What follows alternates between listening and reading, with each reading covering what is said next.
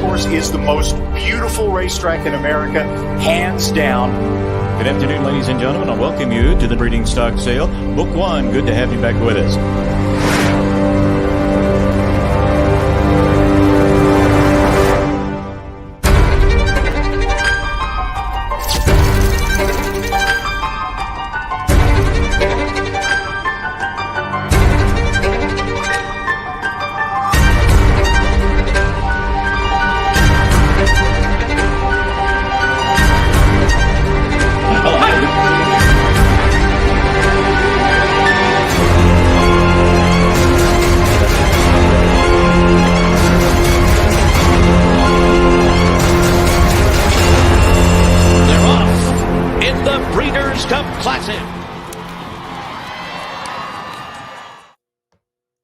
Pleasant Friday night, everybody. Welcome to the Keeneland Look Ahead as we preview the third Saturday card of the 22 full meet. It'll be the 22nd, so 10, 22, 22. Twos are wild if you're playing along on Saturday at Keeneland. First post of 10 races will be at 1 o'clock Eastern.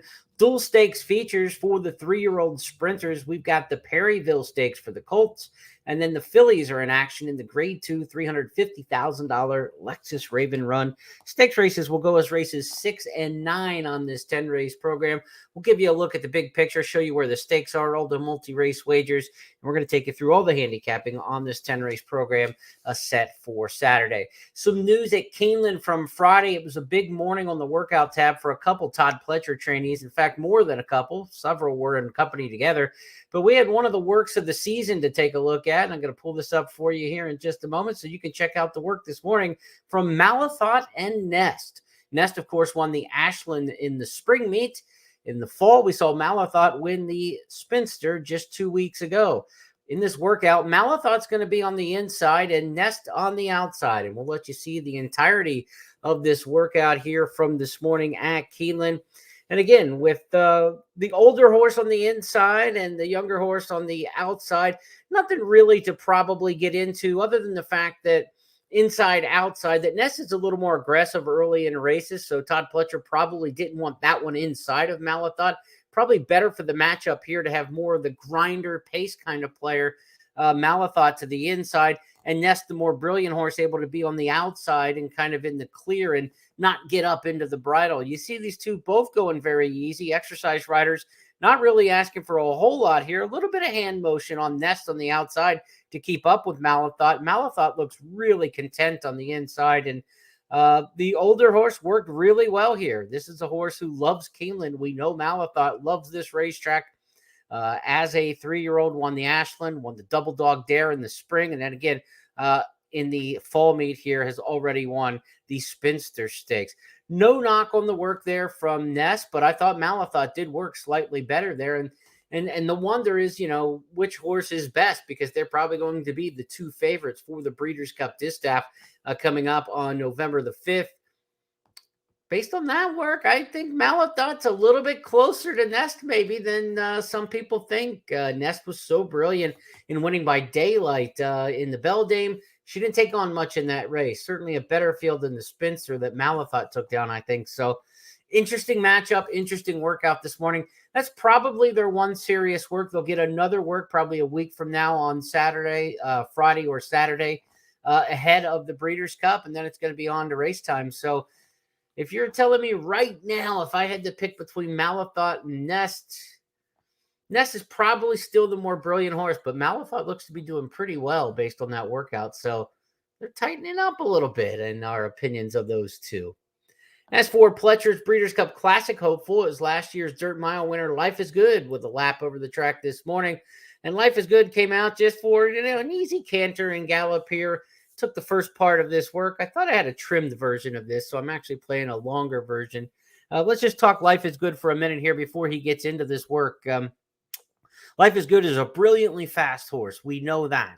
The question is the 1.25 miles in the Breeders' Cup Classic. He wasn't able to hold that kind of trip when running overseas. So will Life is Good, who, got short on the back end of the race in the Middle East, will he handle the 1.25 miles in the U.S.? That's a big question when you have other speed like Flightline in this year's Breeders' Cup Classic. What you want to see in this workout from a horse who's so fast like Flightline is that he just doesn't go barreling off into the work. You want to see him ease into the work and not fight the exercise rider in the bridle, because that would show a horse who's a little overeager and wants to do too much. Again, if this horse is going to win the Breeders' Cup Classic, you don't want him to necessarily settle early in the Breeders' Cup. You've got to use your speed and you've got to employ those tactics, but you don't want to be rank and running off either. So as we're getting set to break off this workout here, you see the head cocked a little bit, and Life is Good wants to go and do a little bit more. The rider not giving him the head yet. You see the hands are still tucked in. The elbows are back a little bit closer to the knees here, and she's not just letting Life is Good go. And now you start to see a little bit more where it's giving a little bit more of the head. The hands are coming out just a little bit more now, and this horse is obviously in full flight at this point. For Life is Good, this is a horse who is brilliantly fast.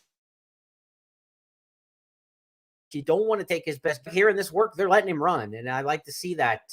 Todd Pletcher has said that the only way that they think they can take down a horse like Flightline is to get in front of him. Maybe not the only way, but their best tactic to beat Flightline is to get in front of him and stay in front of him and try to wire the Breeders' Cup. If we see Life is Good in the Breeders' Cup Classic, you could almost assuredly expect they're going to try to get to the front. Now, will Flightline and his jockey Flavian Pratt concede the lead and let him go? Will another rider in the race with another speed horse go with him? Those are all tactical things that we need to talk about. But, in this work, this is a decent work here for Life is Good. He's working solo, so it's always a little harder to judge a horse in a solo work than in a teamwork, a tandem drill. But this is a decent workout here. He's galloping out next to the rail there. They're not just kind of drifting out and not doing anything beyond the wire. They want to get a little bit more beyond the finish line. You'll see sometimes if they really don't want much of a gallop out, they'll start to drift off the fence a little bit. But being down against the fence tells the horse that, look, you're supposed to be working here. The ears are still back in the gallop out. So a decent gallop out here for Life is Good, and really a work that I don't find a major flaw with. We'll see how he works in his final work leading up to the Breeders' Cup. But good morning, I think, for Life is Good. Nothing to knock there. Again, how fast is he? How far can he go? How will he match up with Flightline? One of the fascinating storylines to the Breeders' Cup coming up in just a bit. We'll give you more of these workouts at Keeneland on the Keeneland Look Ahead to give you a chance to prepare towards the Breeders' Cup, because we are looking ahead, of course, to November 4th and 5th. Let's talk about the Saturday card now, coming up for October 22nd. Dual stakes card on Saturday. Again, 10 races, and let's take a look at the big picture to see how these 10 races line up across the program. Pick 5 will start in race number 1. The Pick 4 starts in the second. Keeneland Turf Pick 3 is back on Saturday with races 4, 7, and 10, part of the Keeneland Turf Pick 3. So you get a chance to fire at that one, and that's one of my key plays, as you'll see below. Pick 6 starts in race number 5. Stakes races in 6 and 9, and again, the late Pick 4 will start with the 7th. Those Keeneland Turf Pick 3s in green. Got a long shot jockey trainer combo to take a look at in race number 3 is one of my key plays early in the day. Races 4 and 7 are the first 2 legs of the Keeneland Turf Pick 3, and for me, I'm looking at 2 deep and 1 deep in those 2 races. So this is a situation where it's a Keeneland Turf Pick 3 that I'm interested in at a $3 minimum, and I can get 2 legs narrowed down that far. We'll see what we can do and discuss the situation with race number 10, and I'll tell you about the specific horses in races 4 and 7. But the fact that I'm 2 by and 1 by in the first 2 legs, I feel good about that in attacking the Keeneland Turf Pick 3 on Saturday. And then the other key play, I think we're going to get a nice price in race number 8. A New York bred in there. I think there's going to be a little snubbery amongst the handicappers and won't give this horse the respect they deserve. We played that angle right with the Long Acres Mile horse. We thought that they wouldn't bet the horse from Emerald Downs earlier in the week, and Grant Forster was able to pop that $16 winner for us on, is it Wednesday or Thursday? I think that was Thursday that we got that one in. So, look, you're at Keeneland. This is the cream of the crop, right? And the horses are coming from Saratoga and Churchill and the top venues in America. When they come in and they're New York breds or they're, horses from the Pacific Northwest, sometimes they're not going to get the respect they probably should amongst the simulcast audience betting the races. I think we've got a situation like that to attack as one of our key plays coming up in race number 8. Let's take a look at the Keeneland Selectors Box, the handicappers consensus that you can get for yourself at Keeneland.com. Of course, you can download this, and there's a printable version. So go to Keeneland.com and look on the handicapper selectors box, and you'll get all of our picks for the 10 races. Scott Hazelton, Tom Leach, myself, Gabby Gaudette, Kim Nelson. We line the races up like this. In race number 1, as we start the handicapping, there are 4 different horses picked on top. O'Connor Sunset picked by Gabby and Scott. But then there's also love in here for California Twirl, the 3, qualified the 11. And Mambo Forever, the 12, is going to be my top pick in this spot. So Mambo Forever is the top choice, and it's trainer Kenny McPeak with a late running sprinter stretching out here. McPeak does well with the maiden claimers going long at Keeneland, and that's kind of the angle with this one. I will say Brad Cox had a nice maiden winner today at Keeneland, so he's got qualified the 11 in here. Neither one is drawn very well. Let's just be honest. 11 and 12 hole going a mile and a 16. I don't like the horses towards the inside that much. California Twirl looks okay on paper, maybe on the class drop, but Brendan Walsh's barn has been mired in a terrible slump. So this is a tough race for me to get too excited about anybody. O'Connor Sunset is the top pick for Gabby and Scott, and this is a Wesley Ward first-time starter. Ward had a winner on the Friday card going long. It wasn't a maiden, but we rarely see the horses' first-time starters win in these maiden claiming route races. We've had 28 of them for the 2-year-olds in fall meets. Only 4 first-time starters have won. So if O'Connor Sunset wins, you won't be surprised that Wesley Ward pops a winner by Curlin out of Miss Sunset. Good pedigree. You wonder why you're debuting for 30. That's the first question. And why are you debuting long? Wesley Ward's horses are so known for their speed and their gait prowess that when Ward debuts one long, it's almost kind of like a negative to me that he's admitting the horse doesn't have much speed. According to DRF, when he debuts at a mile or longer, 0 for 11, Wesley Ward. You don't get that many of them over the past couple of years, and they haven't run well. So I'll take the experienced horses in here and the trainers who do well with these maidens going long. It's McPeak and Cox. Tough post, though, 12 and 11. Just like almost every day this week, I've got to tell you, Wednesday, Thursday, Friday, and now into Saturday, I haven't liked much at all in the races 1 and 2 on the card. They have been tough. They've been races that I didn't have stuff that I really liked and kind of got off the slow handicapping starts almost each racing day. I would not be surprised if that's the case again on Saturdays. We open up with 3 straight maiden claiming races. Certainly, I like something a little bit later in the third, but in this first, there's not much for me to love and embrace in here. And if you're going to play the early pick 5, I think you want to use several horses to try to get out of race number 1 with any sort of comfort. And I don't think I'm willing to do that on this card. I'm skipping the early pick 5. I will start with the pick 4. If I've got something I like here in the second and something I like in the third a little bit more. Race number 1 is probably going to keep me out of the pick 5. Let's go back and take a look at the selections for race number 2. Frigid Lady, top pick in here for Scott, Tom, and Kim. I do not use Frigid Lady, nor does Gabby. So there's some real dissension amongst the ranks here. Frigid Lady coming off a claim last out. Mike Maker, Gerardo Corrales teaming up. Maker with a win on the Friday card. This horse got beat at 3-5 last time when in the Steve Asmussen barn. Now off the claim. Didn't get it done at 3-5, but they do add blinkers. Maybe have found an easier field. This is a $150,000 level maiden claimer versus the $50,000 at Churchill, but I don't know if there's great dissension amongst those, great division amongst those kind of claiming levels with such inexperienced horses. But I'm going to take my shot in here with a horse named Do It. Do It, not picked by anybody else. I love when I'm on these kind of islands. Do It ran a decent debut against Restricted Company. Now, look, it was a slow time, right?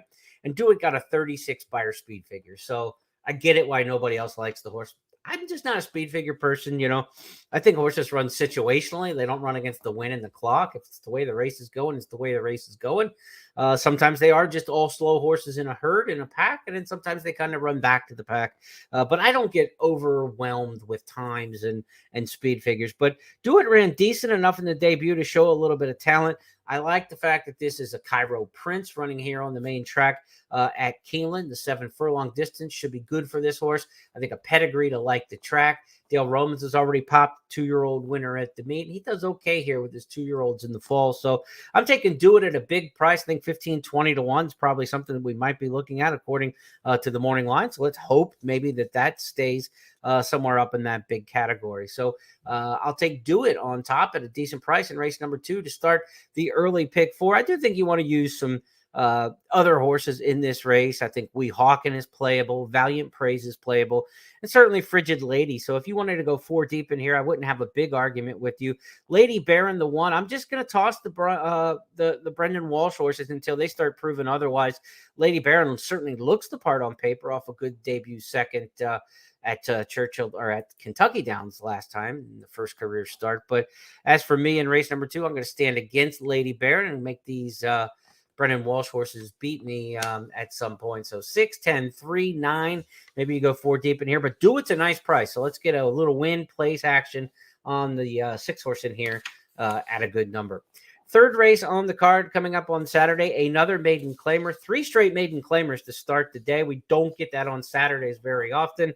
Third race, though, I've got one that I like in here. This is one of my key plays of the day as we take a look at the big picture. A long shot jockey trainer combo that you want to keep an eye on in this particular spot. It's Mike Tomlinson, the trainer, Joe Rocco, the jockey, and this is the daughter or son of Tappet, Lucky Smile, that I'm in on. And these two team up at Keeneland with just really, really big time success. Take a look at some of the stats I have scratched out on. This is the jockey trainer combo that we're looking at. Where is my page? We're working live here tonight, and I don't have the numbers directly in front of me, but it's Rocco, it's Mike Tomlinson. We told you about Tomlinson earlier this week about his major success with horses 3rd week, 4th week of the meet at Keeneland in the fall, saving horses. He's had 2 really good second place finishes from 3 starters this week. Both horses won winning races and just got beat by horses who were better. Another nice price today, 7 to 1, ran a good second for Tomlinson. He's going to pop one of those. I think Lucky Smile might be the one. This one off the claim, took it from Todd Pletcher in September at Churchill's, got a bullet workout into it since. Lucky Smile is my pick here, and I'm on an island. Nobody else has Lucky Smile in here, and I like these situations. Could be a good price, should be a good price in race number 3. We'll take Lucky Smile. The ROI is exceptional with these two, Rocco and Tomlinson, when they team up. Their win percentage is high, and it's like over 60 starters, a $3.89 ROI, something to that effect. If I could find my notes on that, I would tell you specifically what it is, but we're really live here, you know. We're doing this on the fly as we go, and sometimes you don't have your stuff. Remember the old Emeril Lagasse cooking show, and he'd like put his hand on a hot pot and like jump up, and everybody in the crowd would start laughing at him, and his response was, "We're really cooking here." Well, we're really handicapping here, so sometimes my notes are in one place and another, and I couldn't find that note for you in race number 3. But trust me, Rocco and Tomlinson. That's a strong jock trainer combo to click at a price here at Keeneland. Let's go back to the big picture and set up what's starting here in race number 4. It's the Keeneland Turf Pick 3, and it's my second key play of the day because the Keeneland Turf Pick 3 starts in the 4th, then we'll continue in races 7 and 10. This to me is absolutely a 2-horse race in race number 4. It's Curly Ruth, a horse for course who just loves it here at Keeneland. Was a nice winner here for us in the fall meet, or in the spring meet, cashing a nice mutual for us. And the 6 Park Avenue, John Sadler's shipper from Southern California.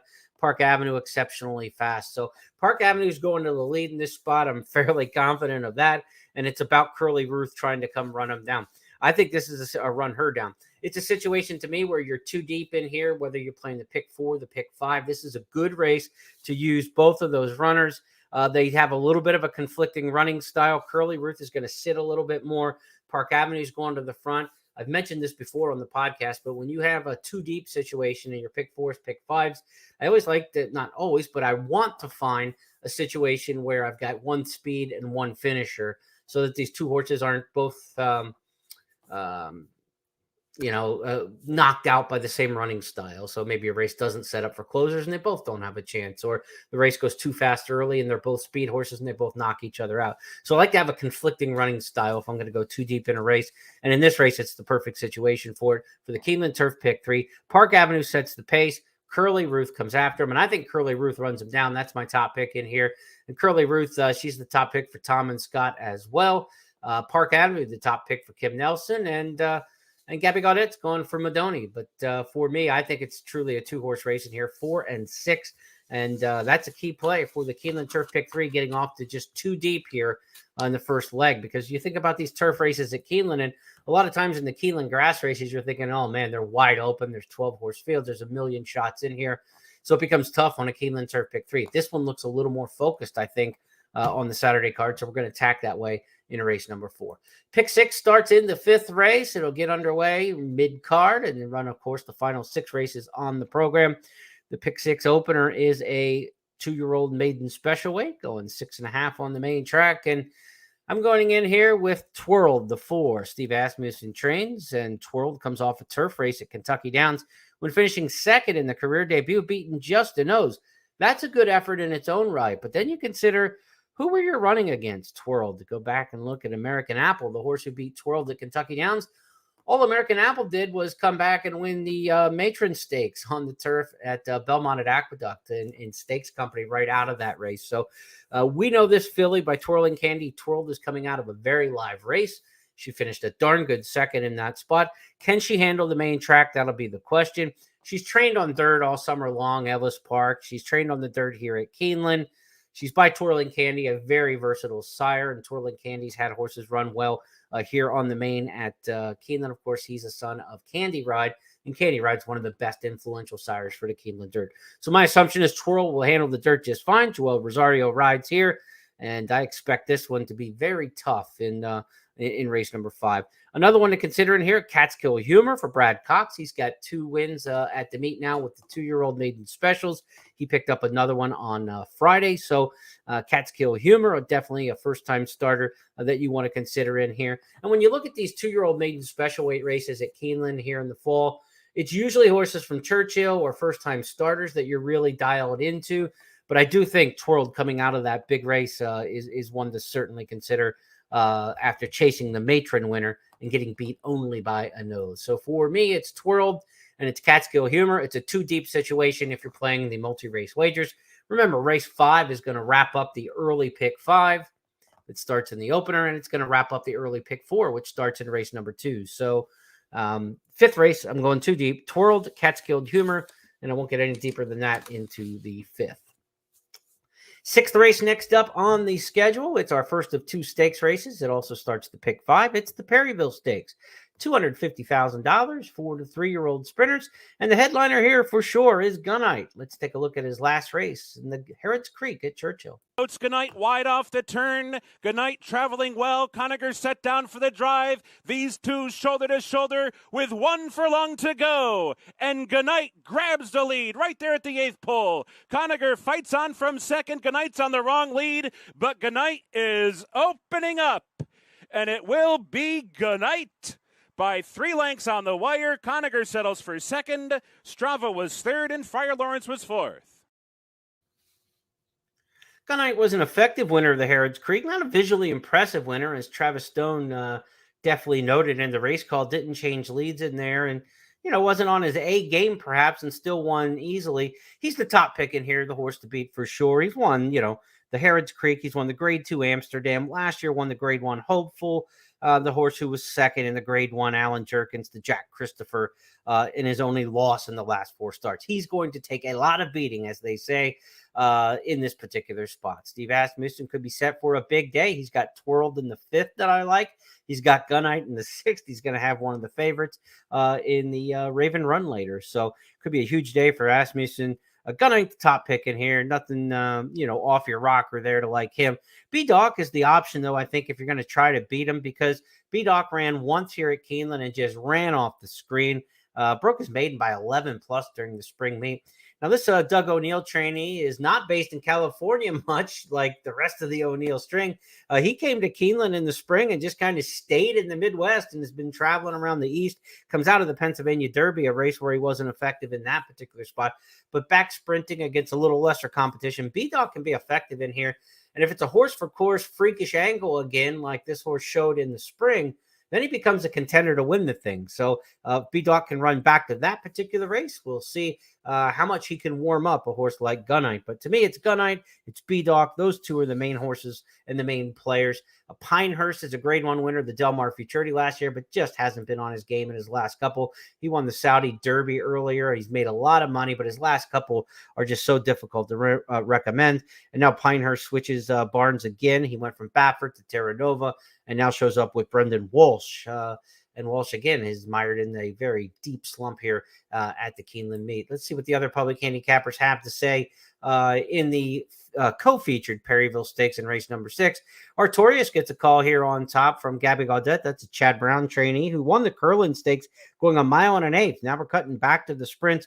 Artorias was second to Under Oath here during the spring meet after a slow start and rallied. Certainly would think this horse could handle the track based on the career debut. The one thing about this horse, the damn Paula Silver Lining was a really good sprinter, and they've been trying her long lately because that's where the money is. But back sprinting, Paula Silver Lining was very good here at Keeneland over the years. So Artorias could be effective here back at the 7 furlong sprint distance, and actually might be the best distance for this runner. If you're looking at multi-race wagers, I could say you could go 3 deep in here and then start off the Keeneland or the late pick 5 in the 6th race. Gunite looks to be the best horse, but for some reason he just doesn't feel like he has an overwhelming edge against this particular group. And so I think Artorias with the upside coming back to the sprint and B-Doc with the potential horse for course. I could go 3 deep in here to start in race number 6, and that's probably the recommended way to go. 7th race on the card is the second leg of the Keeneland Turf Pick 3. It's the pick 4 opener for the late pick 4. And to me, this is just a marriage of storms, if you will. When it comes to handicapping turf sprints at Keeneland, there's really 2 things you look for. You look for Wesley Ward. He's already won 3 turf sprints at the meet. He's got in the 30s wins of turf sprints overall. No other trainers won more than 6 or 7. He dominates the turf sprints at Keeneland. The other thing I really think is post position is so critical in these turf sprints when you've got a big field. We got a big field of 12 in here. Post 3, 4, and 5 just have a really good statistical and ROI edge.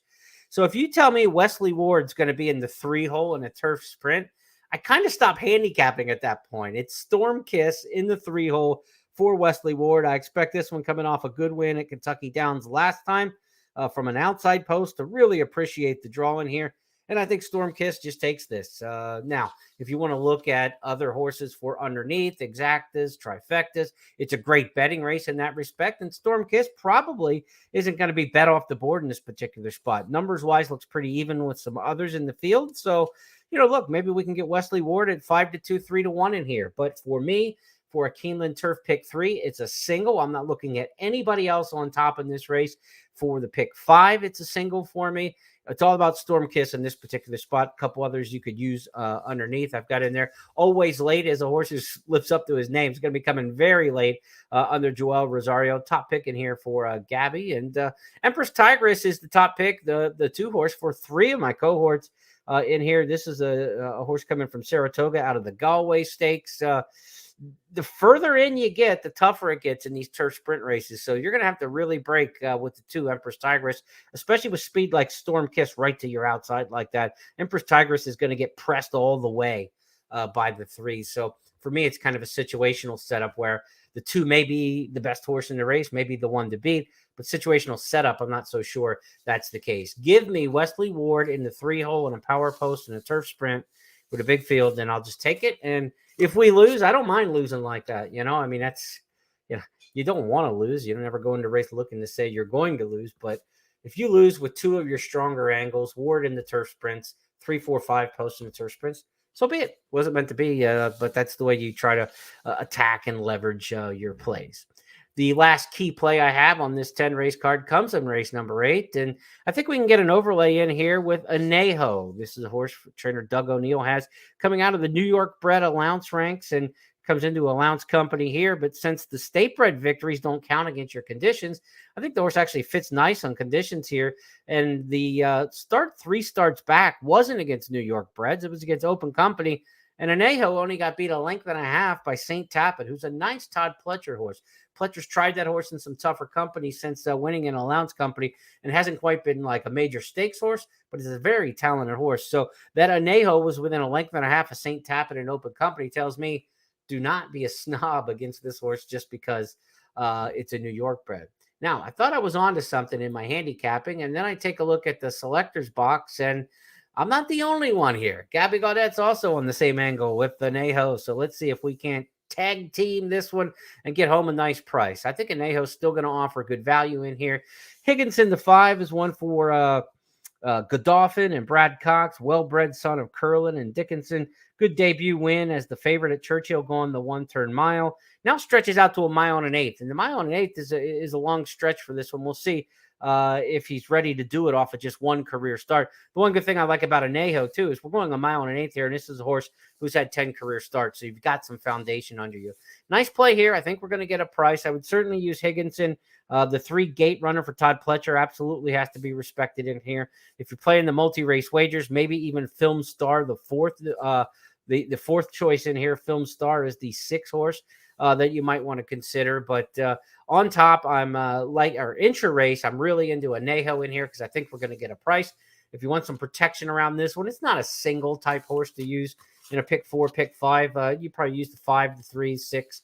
War Campaigns picked by a couple of my cohorts in here, coming off the 3rd in the Bourbon Trail. The one thing about that race is Creative Minister came out of there and just ran a terrible race the other day in a Lowndes Company. Now, Creative Minister had the outside post, much better draw for War Campaign, but I'll take a stand against War Campaign in here and try my luck with some of the others. But 11, 5, 3, maybe the 6 to add in there in race number 8. 9th race is another stakes. It's the Raven Run, our co-feature on the program. And we said Steve Asmussen's got a strong hand to play. He's got the likely favorite in here with Wicked Halo. But I'm going to take a chance against Wicked Halo, taking a horse named Smash Ticket. This was an impressive win at Pimlico last time. Take a look.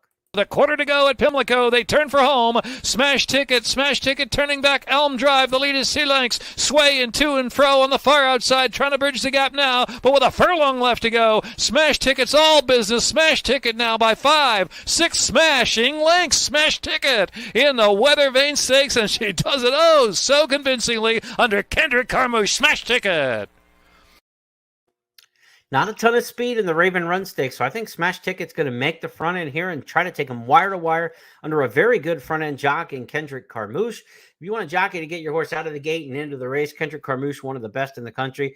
And while Smash Ticket has not raced yet at Keeneland, has taken her game to various tracks around the country, and she's by Midnight Loot, the champion sprinter, whose horses at Keeneland do exceptionally well. Even going long, they do really well here at Keeneland with the Midnight Loot. So I think Smash Ticket will handle the track here very well. Another one to check out on pedigree is Colorful Mischief for Todd Pletcher. This is a daughter of Into Mischief, the top sire here at Keeneland on the dirt.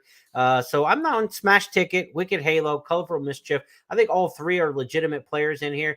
Intra-race, I'm definitely on the 2 horse to go wire to wire, Smash Ticket. If you wanted a single in here, it would be a bold move that taking out the 8 and the 6 and not including them on your ticket, give you a chance to spread a little bit more, maybe in another leg. I wouldn't argue with somebody who wanted to do that. So Smash Ticket, my top pick in here, and a potential single. I'm bullish on her today on Saturday. I think she's really going to run a big race. Let's go to the final race on the card. It's the last leg of the Keeneland Turf Pick 3. And this is the most wide open of the Keeneland Turf Pick 3 races. Again, we're singled in the 4th, or we're 2 deep in the 4th. We're singled in the 7th. This is a race where I think you can use a little bit in the Keeneland Turf Pick 3. It'll cost you $6 per horse you add in your Pick 3 ticket because you're 2 by 1 to this point. Good Soldier, the top pick, though. This is a mile and an eighth on the turf. I like to see Dynaformer in the pedigree for horses going long on the grass at Keeneland. And in these mile and eighth maiden specials, we haven't had a lot of them over the years, but there is an emphasis on horses who have run long and longer. Cutting back has been a good angle for them to have success in these mile and eighth races, maiden company on the turf in the fall meets. Good Soldier fits that mix, as does Timo. I think those 2 are definitely 2 you want to use. Safi Joseph, Jonathan Thomas, both high percentage trainers, horses that you got to consider in here. The other one to look at is Push Button, perhaps. Push Button's only had the 1 career start. And the dam side and top side pedigree by Bodie Meister out of a Mr. Greeley mare. tells you like speed and brilliance, and debuted at a mile at Kentucky Downs. That would seem like the right kind of distance for a horse like this based on pedigree. The 1 1/8 might be a little bit far on that one. So while I think you could spread your wings here a little bit, I don't think you necessarily have to. I think the 6 and 5 will get you through it. Good Soldier, Timo, 6-5, the two horses that I like in race number 10. So that's a $12 ticket on the Keeneland Turf Pick 3. 2 by 1 by 2. We'll keep it simple. 4 combinations, $3 for each combination. So that will give you your $12 cost. That's a wrap on the 10 race card for Saturday. First post for the dual stakes program featuring the Perryville and Raven Run will be at 1 o'clock Eastern. We'll be on the lookout for the workouts tomorrow morning as well. See which Breeders' Cup contenders might be swirling around tomorrow morning. We get video on them. We'll show you on the Sunday preview show. Good luck on the Saturday card for everybody. Horse Player Now and at Keeneland, I'm Jeremy.